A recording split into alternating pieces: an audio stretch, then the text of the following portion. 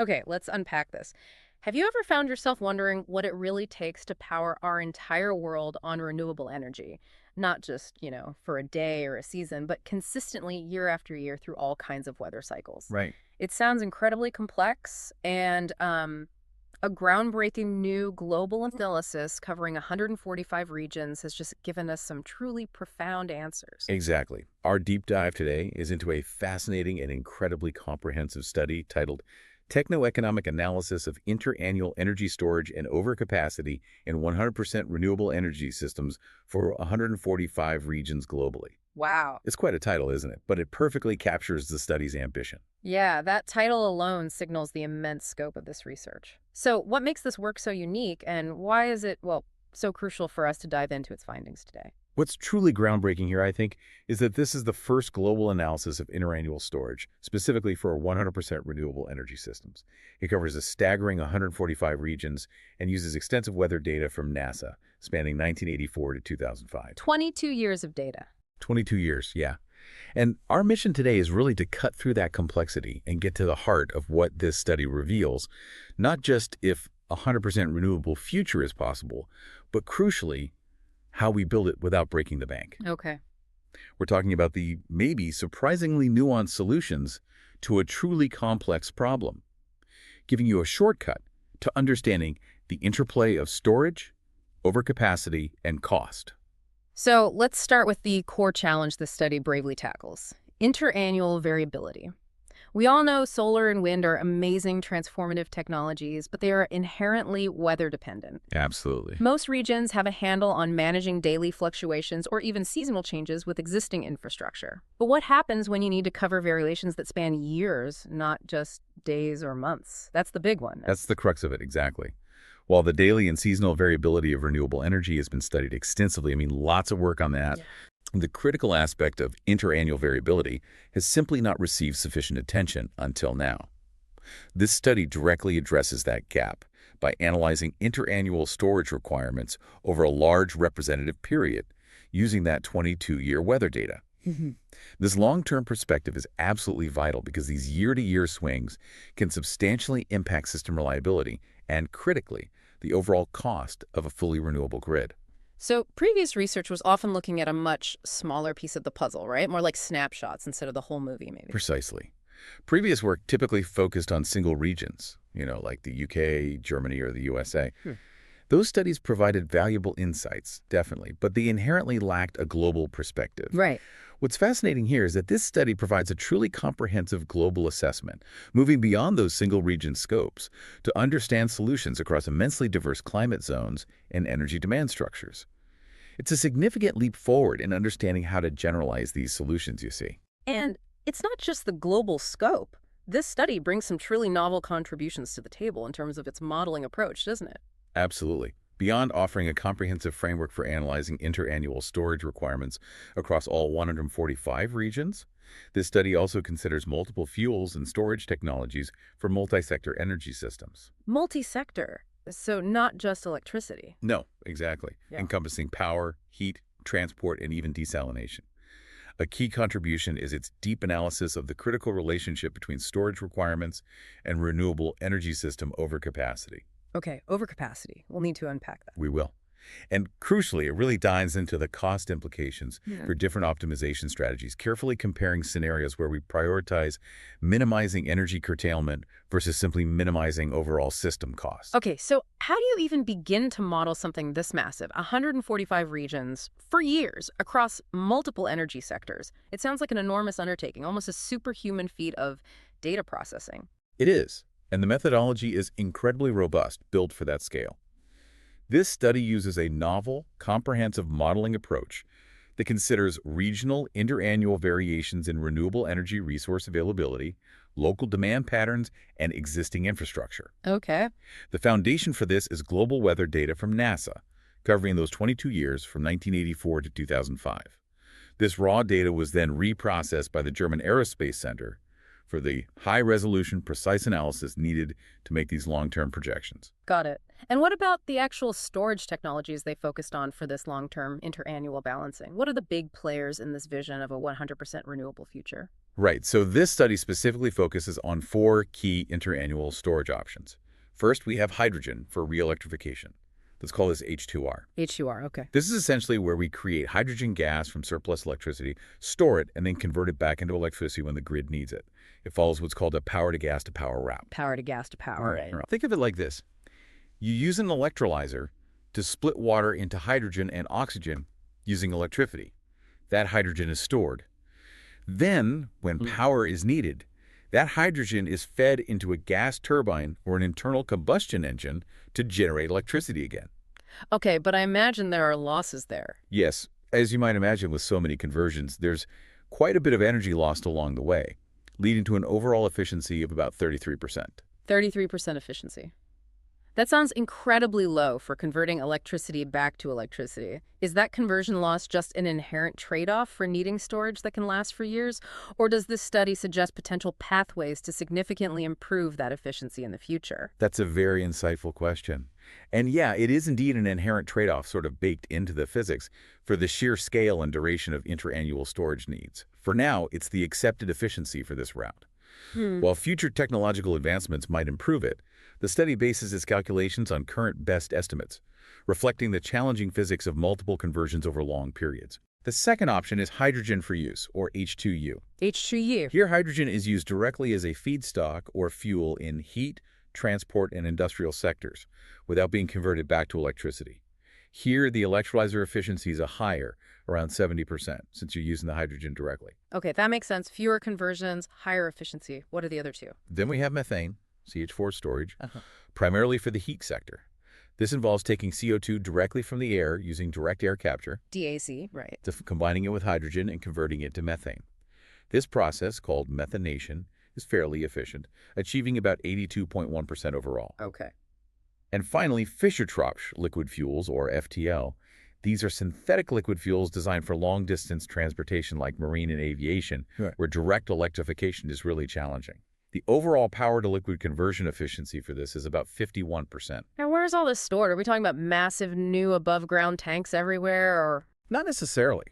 For the gaseous fuels like hydrogen and methane, the study primarily considers large-scale underground facilities like salt caverns, rock caverns, or even repurposed underground pipes. Ah, okay. These options are chosen based on their geological availability and economics in each region. Liquid fuels like FTL are, of course, stored in more conventional tanks, which is a simpler process but still requires significant infrastructure. Now, this next finding is where the study really challenges some conventional wisdom, I think, and it truly changes how we might think about building this renewable future. The study isn't just about storage, it's about balancing storage needs with something called overcapacity. What does that mean, and why is it so crucial for cost-effective resilience? That's precisely the central dilemma this study illuminates. Overcapacity refers to building additional renewable energy generation capacity, think extra solar PV and wind power, beyond what's needed for the average demand. Right, so building more than you strictly need on an average day. Exactly. So you have more panels and turbines than you typically use at any given moment. This study rigorously investigates the critical relationship between the amount of dedicated interannual storage you need and the level of system overcapacity you're willing to build. Okay. The goal here is optimization.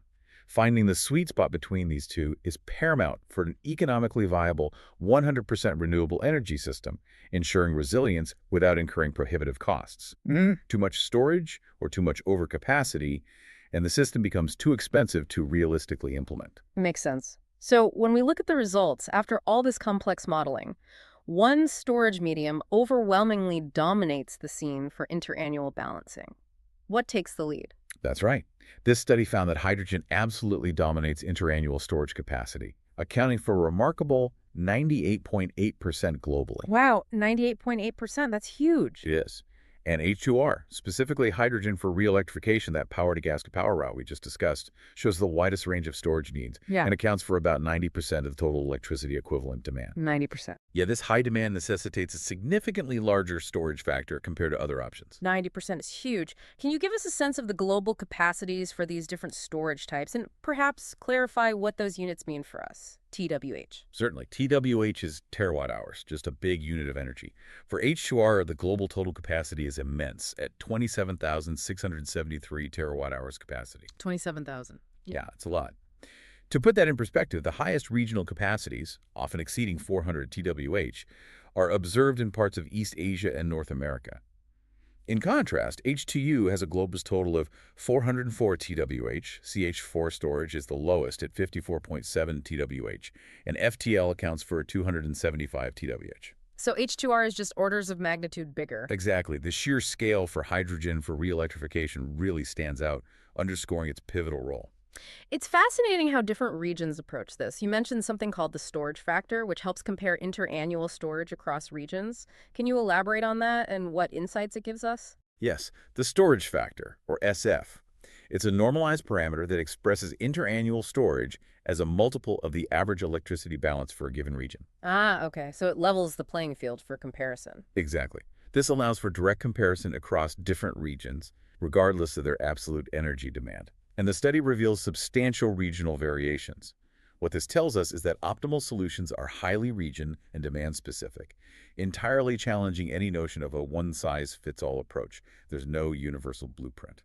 So, what does this all mean for someone looking at their own region on the map? It's clear that where you are geographically dramatically changes your storage equation. Can you give us a couple of examples to highlight this stark difference? Absolutely. Consider Finland, for example. It's a region that balances both solar and wind resources. Here, the sheer reliance on hydrogen for re-electrification, covering 90% of its electrical energy demand, pushes its H2R storage factor. Remember how much storage it needs relative to its average demand to the maximum allowed by the model, around 20. 20 times its average balance. Wow. Yes, it indicates a very high dependence on long-term hydrogen storage to manage year-to-year swings. Now, in stark contrast, look at Argentina East. This region is highly wind dominant, meaning its primary renewable resource is wind power. Okay. While it still needs significant hydrogen storage, its high wind penetration allows it to manage with a much lower overall overcapacity range, sometimes as low as 1.0 to 3.3%. That's a huge difference from Finland. It is. This difference really highlights how local resource profiles, whether it's the sun, wind, hydro, or a combination, dictate fundamentally different strategic needs and therefore different optimal mixes of storage and overcapacity. This highlights the incredible complexity, but also the detail this study captures. It's not just about one global number. Now let's talk about the money. This study analyzed two distinct optimization approaches, leading to wildly different costs for achieving that 100% renewable future. Indeed. The first is what we call the curtailment optimized scenario. This approach prioritizes maximizing renewable energy use by determining the absolute minimum viable overcapacity to avoid any electricity curtailment. So basically, never wasting a drop of renewable energy. Pretty much. In this scenario, it requires a global demand weighted average of 1.4% overcapacity and, crucially, significant interannual storage capacity. We're talking 417.4 TWh hydrogen, zero point 0.8 TWh of methane, and 4.2 TWh of liquid fuels. Okay, and the costs? This strategy adds an average of a staggering 103.1% to the baseline cost of a 100% renewable energy system in 2050. It effectively doubles the cost. Doubles it. That's an astonishing increase. Over 100% is a massive additional expense. What about the other scenario where cost is the primary driver? In contrast, the cost-optimized scenario aims to minimize total system costs by finding an optimal balance between generation and managing variability, accepting some level of energy curtailment as economically rational. Okay, so it's okay to spill some energy sometimes if it saves a lot of money overall. That's the idea. This scenario requires a higher 5.0% overcapacity globally. But here's the kicker. It needs no additional interannual storage. No additional storage? That feels almost counterintuitive for a 100% renewable system trying to balance year-to-year variations. What is it specifically about that 5% overcapacity that allows it to essentially negate the need for dedicated long-term storage in that scenario? Is it truly no storage or just no new interannual storage beyond what might already be in daily seasonal use? That's an excellent clarification. And yes, it means no additional dedicated interannual storage infrastructure beyond what would already be present for daily or seasonal balancing. The 5% overcapacity acts as a kind of virtual storage, if you will. Virtual storage. By having more generation capacity than average demand, you significantly increase the likelihood that even during prolonged periods of low renewable output, you still have enough generation to cover demand. Or at least the periods of energy deficit are much shorter and less severe, making other existing flexibility options sufficient. The power of overcapacity here is that it reduces the depth and duration of energy shortfalls to such an extent the dedicated multi-year storage becomes unnecessary for cost optimization. And the cost impact. This approach increases cost by a mere 3.3% on average. The magnitude of that cost disparity is truly eye-opening, 3.3% versus over 100%. This core finding seems to reveal something absolutely critical about how we should think about a renewable future. It absolutely does. This core finding reveals that increasing the generation overcapacity is a significantly more impactful and economically viable pathway than a primary reliance on building massive, expensive, large-scale storage, specifically for interannual balancing. Right. When we look at the cost implications, H2R hydrogen for re-electrification accounts for a staggering 97.6% of total storage costs globally in that curtailment-optimized scenario. Nearly all of it. Yeah, this is due to hydrogen's dominant role in the highly electrified energy system envisioned for 2050, serving power, heat, transport, and desalination sectors. The costs for such extensive hydrogen storage, particularly the conversion losses and infrastructure, are simply substantial. And these costs aren't uniform across the globe, are they? I imagine a small island nation would have a very different cost profile than a large continental one. Not at all. The costs vary significantly by region. In the curtailment-optimized scenario where storage is prioritized, some regions of China, Russia, and North America could see as low as a 25% additional cost. Okay, still high, but manageable? Perhaps. However, in places like Hawaii, Alaska, and parts of Southern Asia, the markups could be exceptionally high and often exceeding 300%. 300%. Ouch. Yeah. This is frequently due to the reliance on high capital expenditure underground pipeline storage facilities or other geological constraints in those specific locations, driving up infrastructure costs. Conversely, in the cost-optimized scenario, where overcapacity is embraced, most regions experience less than 3% additional cost, reinforcing that global demand-weighted average of 3.3%. So what does all this mean for the big picture, for policymakers and system planners who are trying to navigate this massive global transition to renewables? These findings feel like they should be shaping national energy strategies right now. These findings provide absolutely crucial insights. The economic analysis starkly reveals that the strategy chosen to manage interannual variability is one of the most critical financial decisions moving forward. Investing in strategic generation overcapacity is an order of magnitude more affordable than building the massive storage infrastructure required to eliminate curtailment completely. It really changes the narrative. It does. This study reframes curtailment, not as a system flaw or inefficiency, but as an economically rational, even desirable component of a resilient energy system. It's about optimizing total system cost, not just maximizing every last joule of renewable energy generated. That's a fascinating reframe, seeing curtailment as a feature, not a bug. And the study even suggests a way to make this strategic overcapacity even more valuable, turning a potential excess into a dual-purpose asset. It does. Strategic overcapacity can be intelligently coupled with carbon dioxide removal technologies, such as direct air capture and carbon sequestration, or DACCS. Right. This means using any truly surplus electricity beyond what's needed for the grid to power these facilities. Thereby, you're linking energy resilience with climate responsibility, tackling two major challenges simultaneously. It effectively transforms this overcapacity into a dual-purpose asset, adding significant value beyond just grid stability. That's clever. Now, no study, no matter how comprehensive, is perfect. What are some of the limitations of this global analysis, and what avenues does it open for future, even deeper research? True. While groundbreaking in its global scope, this study does have limitations, which it openly acknowledges. For instance, it did not consider cross-border interconnections for electricity trading. Trading power between countries. Exactly. Such trading could potentially reduce interannual storage demand by allowing regions to balance each other's surpluses and deficits more effectively.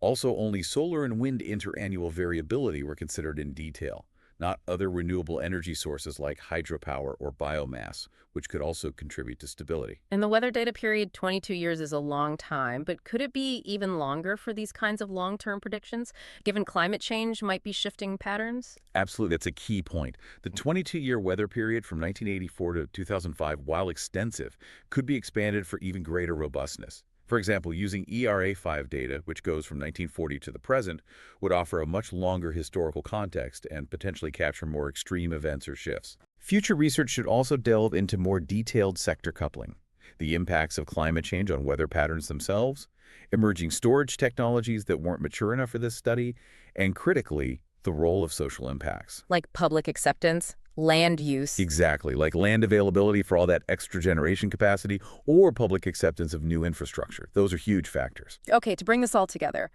our deep dive into techno-economic analysis of interannual energy storage and overcapacity and 100% renewable energy systems for 145 regions globally has truly shown us that a 100% renewable future isn't a one-size-fits-all solution, nor is it a simple matter of just building more batteries. That's right. Region-specific approaches are absolutely essential.